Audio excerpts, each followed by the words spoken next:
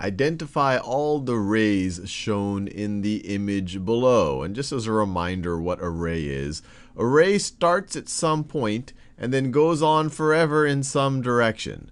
In order to define a ray, you need that point that you're starting off on. So let's say that point right over there is called x. And then you need another point that sits on the ray, but the ray is just going to keep going past it. So let's say that that is y over here. Then we would label this ray, we would call it ray x, not xx, we would label it xy. And this, it says it starts at x, so it's starting at x, and it keeps on going forever in the direction of y. It goes towards y, and then passes y, and then just keeps on going. And you need the second point, essentially to specify the direction. We're going, starting at x in the direction of y, going, meeting y, and then going beyond y. So with that out of the way, let's identify all the rays shown in the image below. So we can start, well, we can start really anywhere over here. Well, let's start over here at point J. Point J, we have no ray. The only ray that we have, or the only line that's really we have, or line segment from J is going straight up towards H, and then it goes towards H, and then it keeps on going. So this right over here looks like a ray, and it would be ray JH. Ray JH. We're starting at J, going through H, and then we just keep on going forever.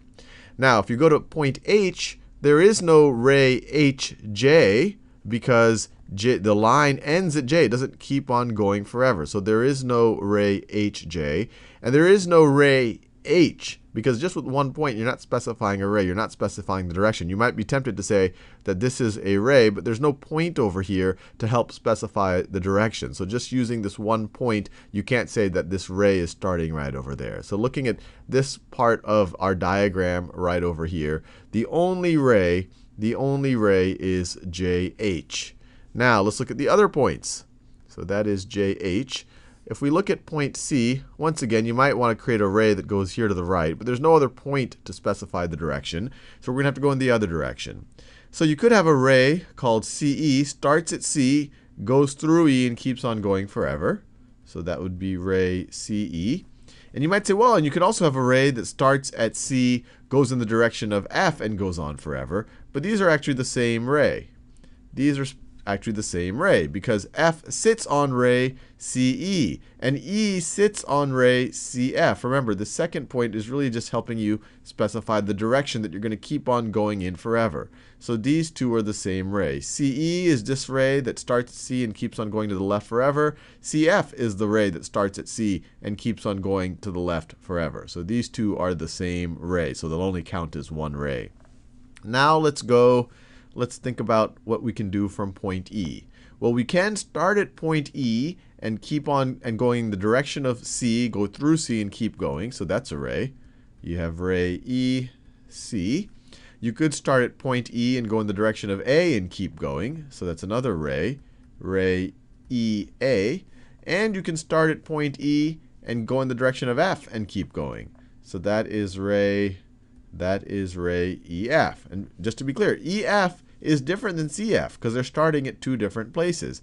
They go in the same direction. They both go through F, but one is starting here and one is starting right over there. So that's why those are different rays. Now let's go to, do it in orange. Let's think about what we can do from point F.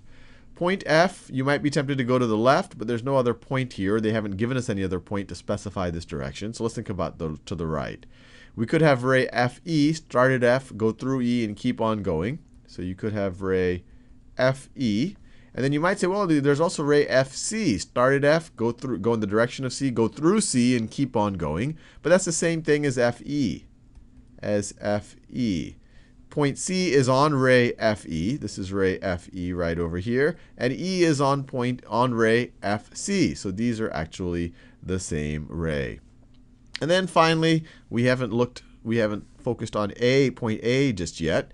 But if we go, you might say, hey, maybe there's ray AE, but we see the line actually doesn't keep on going on and on forever. So that's not a ray. And you can't keep on going to the top right because there's no other point here to specify the direction.